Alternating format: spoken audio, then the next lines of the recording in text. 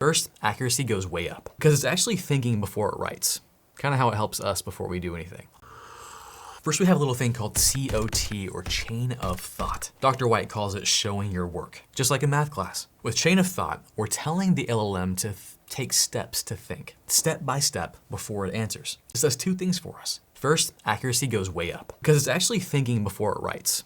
Kind of how it helps us before we do anything. Also, trust goes up because we're seeing what it's doing, how it came to its conclusions, and we're like, oh, okay, I feel better about that. Now I have a confession.